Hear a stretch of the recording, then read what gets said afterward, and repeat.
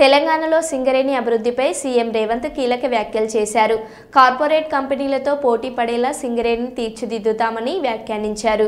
సింగరేణి సంస్థను లాభాల బాటలో పయనించేందుకు కృషి చేస్తామని హామీ ఇచ్చారు.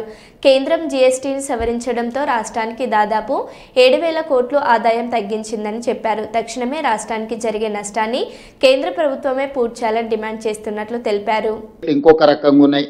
వీటన్నిటిని కూడా అంచనా వేసుకొని ప్రపంచంతో పోటీ పడే విధంగానే సింగరేణిని తీర్చిదిద్దుకోవాలి. ఇప్పుడేం రిజర్వ్డ్ మినరల్స్ లేవు, ఓపెన్ మార్కెట్. ఇది ఓపెన్ మార్కెట్లో ఓపెన్గా మనం కాంపీట్ చేయాల్సిందే. ఈ రోజు నువ్వు ధర ఎక్కువ చెప్తే పక్క షాప్కి పోయి కొనుక్కుంటారు. ఇప్పుడు మీరు రోజు దసరా పండుగ ఉంది, షాపింగ్కి పోతారు. షాపింగ్ పోయినప్పుడు ఈ షాప్లో 100 రూపాయలు ఉంటే సేమ్ వస్తువు రూపాయలకి ఇస్తే మీరు ఏది ప్రాధాన్యత ఇస్తారు? అట్లానే ఈరోజు మా సింగరేణి సంస్థ కూడా ప్రపంచంతో పోటీ పడుతుంది.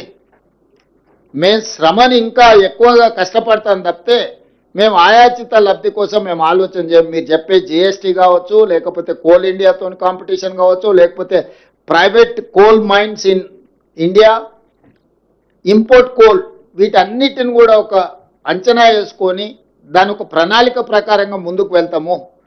ఎందుకంటే ఈ ఆదాయం ప్రకారం మేము మా లైఫ్ని ప్రణాళిక చేసుకున్నాం. మాకింత ఆదాయం వస్తుంది, ఈ ప్రకారం ప్రతి నెల ఇంత ఖర్చు పెట్టాలని మేము నిర్ణయం తీసుకుంటే కేంద్ర ప్రభుత్వం ఉన్న ఫలంగా ఒక కోణంలో ఒక నిర్ణయం తీసుకున్నారు.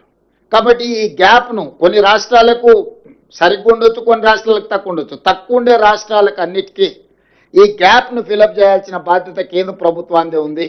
అందుకే జరిగిన జిఎస్టీ కౌన్సిల్ మీటింగ్లో ఉప ముఖ్యమంత్రి గారు స్పష్టంగా కేంద్ర ప్రభుత్వానికి నివేదిక అందించడం జరిగింది. ఎగ్జాక్ట్గా మాకు ఎంత రావాలనో నెక్స్ట్ 5 years అట్లీస్ట్.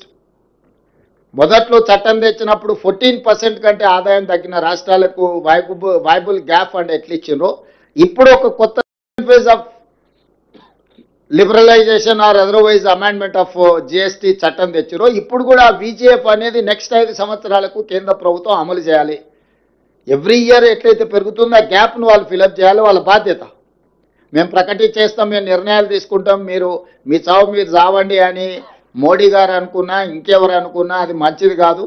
ఈ రాష్ట్రానికి నష్టం వస్తుంది. నేను కిషన్ రెడ్డి గారికి విజ్ఞప్తి చేస్తున్నా, తక్షణమే ఈ రాష్ట్రానికి ఎంత నష్టం వస్తుందో మీరు ఉప ముఖ్యమంత్రి గారు మీకు ఒక లేఖ రాస్తారు, దాన్ని తీసుకొని మోడీ గారి దగ్గర కేంద్ర ప్రభుత్వంతో మాట్లాడి రాష్ట్రానికి జరిగే నష్టాన్ని కేంద్ర ప్రభుత్వం పూడ్చాలి అని చెప్పి ఈ ప్రభుత్వం డిమాండ్ చేస్తుంది.